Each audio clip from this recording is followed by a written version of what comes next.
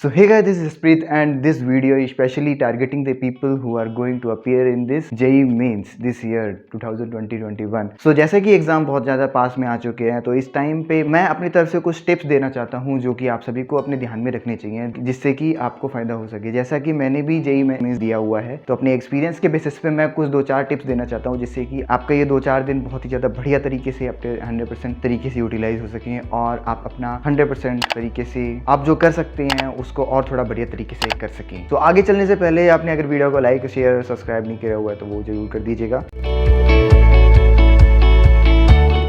So let's begin. So starting यहाँ पे होती है कि जब 2-4 दिन रह गए हैं हमारे जब एग्जाम में तो अब क्या होता है कि एक टाइप ऑफ प्रेशर बिल्ड हो रहा होता है, एक मन में हो रखा होता है कि हमने ये चीज़ नहीं पढ़ रखी, ये चीज़ अभी छूटी हुई है, अभी हमें पढ़नी है। तो बच्चे क्या करते हैं कि मोस्ट जो ऑब्वियस सा रिस्पॉन्स होता है वो ये होता है कि जल्दी से लेकर के कि हम चीज़ों को रिवाइज करने लग जाए। क्या पता हम ऐसी चीज़ पढ़ ले कि अभी हमारा एग्जाम में वो चीज़ आ जाए और हमारा एग्जाम बहुत ज़्यादा बढ़िया चले जाए। लेकिन एक्चुअली मैं आपको उन बच्चों को ये कहना चाहता हूँ क्योंकि ये रिस्पॉन्स डायरेक्टली उस टाइम पे हमें भी फेस करना पड़ता था, लेकिन एक्चुअली में होता क्या है कि इस रशप से कोई फायदा नहीं होने वाला है। और मैं आपको एक चीज सजेस्ट करना चाहता हूँ, कोई भी नई चीज इस समय पे बिल्कुल भी नहीं उठानी है आपको इस टाइम पे। पहला पॉइंट मैं ये बोलूंगा, डोंट रश अप, ठीक है। जितना हो सके जितना आपने पढ़ रखा है सफिशिएंट है, उसको इस चीज को मन में जैसे आपने बैठा लिया, आपका जो परेशानी है वो दूर हो जानी है। और ऑब्वियस सी बात है, अगर आप इस समय पे कुछ पढ़ने की कोशिश भी करेंगे तो क्या ही इस समय पे कर पाएंगे। JEE मेंस एग्जाम कोई स्कूल का एग्जाम नहीं है जो कि आपको बस आज अभी कोई टॉपिक पढ़ा और उस टॉपिक के ऊपर डायरेक्टली एग्जाम आ जाएगा। टॉपिक की जो रेंज है वो भी देखो, उसके अंदर जो लिस्ट ऑफ चैप्टर्स हैं वो ही अपने आप में बहुत बड़ी लिस्ट है। सो ऐसा नहीं होने वाला है कि आप डायरेक्टली अभी जा करके एक टॉपिक पढ़ लेंगे और उसके ऊपर एक क्वेश्चन आ जाएगा। या दिस में भी एक केस, बट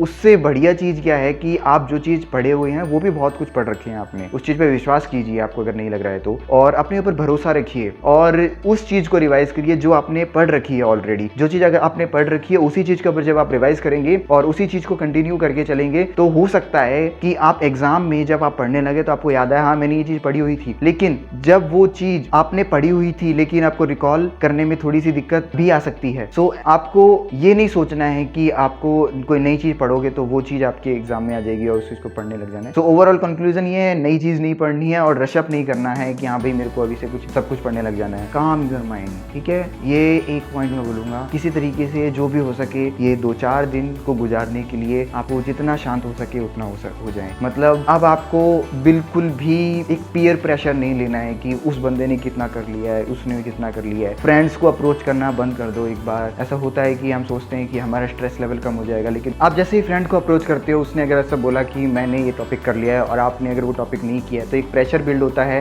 कि अब क्या, मतलब अब मेरे को अब आप जल्दी से कॉपी को उठाते हैं और उस टॉपिक को पढ़ने की कोशिश करते हैं क्योंकि उसने बोल दिया कि वो एग्ज़ाम वो इम्पॉर्टेंट है और वो आ सकता है। या फिर क्या कुछ भी किसी भी तरीके से आपको ऐसा फील हो सकता है कि मैंने वो चीज़ नहीं कर रखी है, या फिर आप अपने ऊपर भरोसा हट जाता है। वो एट द एंड हो क्या रहा है इस चीज़ से, आपका अपने ऊपर से थोड़ा सा भरोसा हट रहा है कि मैं इस चीज़ को नहीं किया, उसने वो चीज़ कर ली है। एट द एंड यही चीज़ मैं आपको बताना चाहता हूँ कि अपने ऊपर किसी भी तरीके से भरोसा करना है आपको अपने ऊपर ट्रस्ट होना चाहिए। आपको अपने ऊपर पूरा 100% भरोसा क्रिएट करना है किसी तरीके से कि मैं ये चीज़ कर सकता हूँ। अपने ऊपर से बिल्कुल भी वैसा अपने आप को कमज़ोर नहीं समझना है। ओवरऑल बात इतनी सी है, ओवरऑल अपने आप को कमज़ोर नहीं समझना है। एक और चीज़, इसी चीज़ जो चीज़ मैं बता रहा था प्रेशर, उसी चीज़ के ऊपर ही मैं एक चीज़ बताना चाहता हूँ।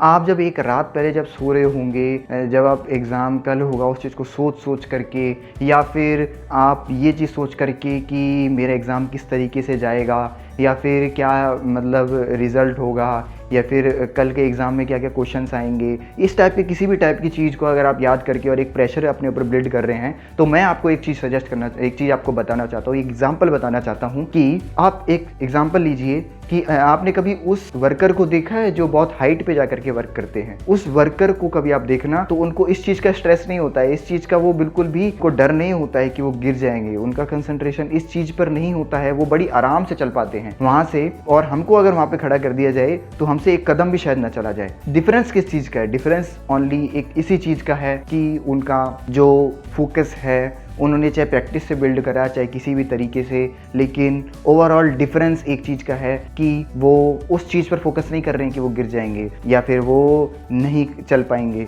वो इस चीज़ पे फोकस कर रहे हैं कि उनका काम क्या है, उनको वहाँ से जो भी काम करना है उस साइट पे जा करके उस चीज़ पे फोकस करते हैं डायरेक्टली। तो वही चीज़ को ही यहाँ पे अप्लाई करना है, हमें इस चीज़ को उस चीज़ से समझना है। मतलब यहाँ पे कि हमें इस एग्ज़ाम को जब दे रहे हैं तो आपको अपने ऊपर एक प्रेशर क्रिएट नहीं करना है कि क्या होगा क्या नहीं होगा। आपको अपनी तरफ से अपना 100% देना है, जितना भी आप दे सके। सो आप जब अपना 100% किसी भी तरीके से देंगे ना, तो आपको अपने आप कोई भी रिग्रेट नहीं रहेगा। कुछ भी रिजल्ट आए उससे कोई फर्क नहीं पड़ता। आप एट द एंड अपना 100% देना है आपको, और किसी भी तरीके से ऐसी एक्टिविटीज़ करनी है जिससे कि आपने जो पढ़ रखा है वो रिट्रीव हो सके। उस चीज़ पे फोकस नहीं करना है जो छूट चुका है, उस चीज़ पे फोकस करना है जो आपने कर लिया है, क्योंकि वो ही एट द एंड आपको नंबर दिलाएगा। और मैं आपको एक गारंटी के साथ कह सकता हूँ कि अगर आप अपना 100% भी दे जाते हैं और आपने अगर थोड़ा बहुत भी अपना प्रिपरेशन के दौरान में ध्यान दिया हुआ है और अपना 100% दे भी देते हैं, तो आपका एग्जाम बहुत ही ज़्यादा बढ़िया होने वाला है और आपको इस चीज़ का कोई भी रिग्रेट नहीं होगा जब आप एग्ज़ाम देने के बाद में। अगर आप एक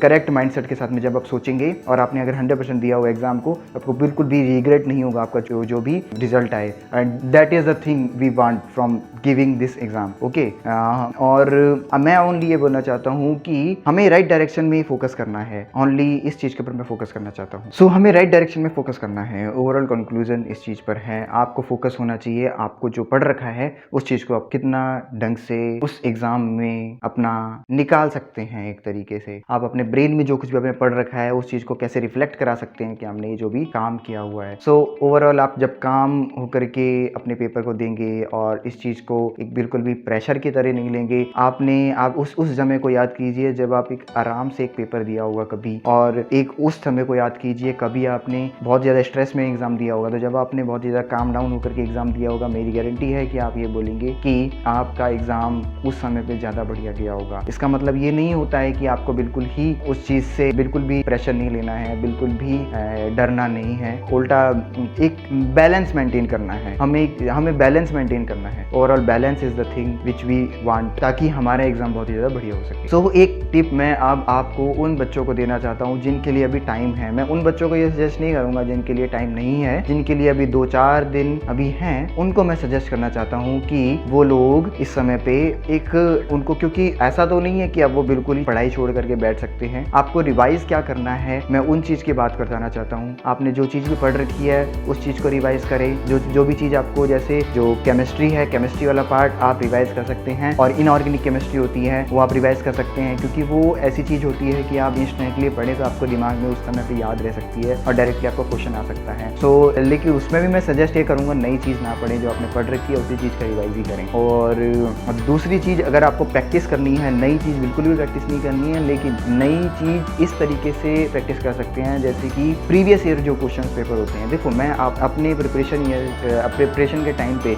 जब मेरा जेईई मेंस मैंने दिया था, तब उस टाइम पे मैं इस चीज़ को मैंने अप्लाई किया था कि मेरा जब एग्ज़ाम था तो उसके जो टाइम था 7-8 दिन पहले से ही मैंने और एक मेरा फ्रेंड था, उसके साथ में बैठ करके हम रोज़ कोचिंग में जाते थे, और एग्जैक्टली उसी टाइम पे जब हमारा एग्ज़ाम होने वाला था, दो स्लॉट थे, हमें स्लॉट उस समय नहीं मिला था, लेकिन फिर भी हम दोनों स्लॉट में ही किसी तरीके से एग्ज़ाम देने की कोशिश करते थे और प्रीवियस ईयर पेपर को उठाते थे। और कुछ साइट्स हैं जैसे कि एम्बाइब हो गई, या फिर अभी तो आपके पास में और भी साइट्स होंगी जिनमें ये प्रीवियस ईयर पेपर्स के आप प्रैक्टिस कर सकते हैं, मॉक टेस्ट होंगे। सो आप उनको फाइंड करके और एग्जैक्ट टाइम पे आप उन एग्ज़ाम को दे सकते हैं, और उसका फिर तो एनालिसिस भी कर सकते हैं कि हमने क्या चीज़ करी, कैसा किया, कैसा नहीं किया, और जो गलतियाँ हैं उनको सुधार सकते हैं। That is most important. So ये आप वर्क कर सकते हैं 2-4 दिन के लिए। अगर आपको कोई प्रैक्टिस चाहिए कि हमें कुछ करना है, तो ये सबसे ज़्यादा बेस्ट थिंग है। और आपको बिल्कुल टाइम कंस्ट्रेंट होकर के आपको वही माइंडसेट लेना है जो आप मेन एग्जाम में देने वाले हैं। स्ट्रेस बिल्कुल नहीं करना है। ओवरऑल बात इतनी सी है कि आप at the time of exam आपको सही जगह पे कंसंट्रेट करना है। आपको पूरी दुनियादारी भूल जानी है। उस टाइम पे आपका वो एग्जाम बहुत ही ज़्यादा इंपॉर्टेंट है, because after giving the exam आपके पास सब पूरा टाइम होगा, आप जो कुछ भी करें, लेकिन उस टाइम पे आपको सब कुछ रिट्रीव करना है जो आपने पढ़ रखी है सारी चीज़ अपने दिमाग में से और उस पेपर के अंदर। सो एट द एंड मैं आप इस इस वीडियो को ज़्यादा खींचना नहीं चाहता हूँ, बहुत ही ज़्यादा लंबी पहले हो चुकी है शायद, लेकिन मैं ओवरऑल कंक्लूजन अब मैं आपको बता देता हूँ, जिनको कंक्लूजन चाहिए इन वीडियो का पूरा। सबसे पहला पॉइंट, आपको बिल्कुल भी रश आउट नहीं करना है, बिल्कुल काम डाउन रहना है, नई चीज़ नहीं पढ़नी है। सेकंड पॉइंट, उसके बाद में मैंने ये बोला कि आपको काम डाउन हो जाना है, ठीक है। और उसके बाद में मैंने ये बोला कि आपको सही डायरेक्शन में आपको कंसंट्रेट करना है, आपको गलत डायरेक्शन में जो कंसंट्रेशन हटा देना है कि आपका कैसा एग्जाम होगा, कैसा रिजल्ट आएगा, that is the outcome of the exam. और सेकंड थिंग, वो आपके हाथ में नहीं है, आप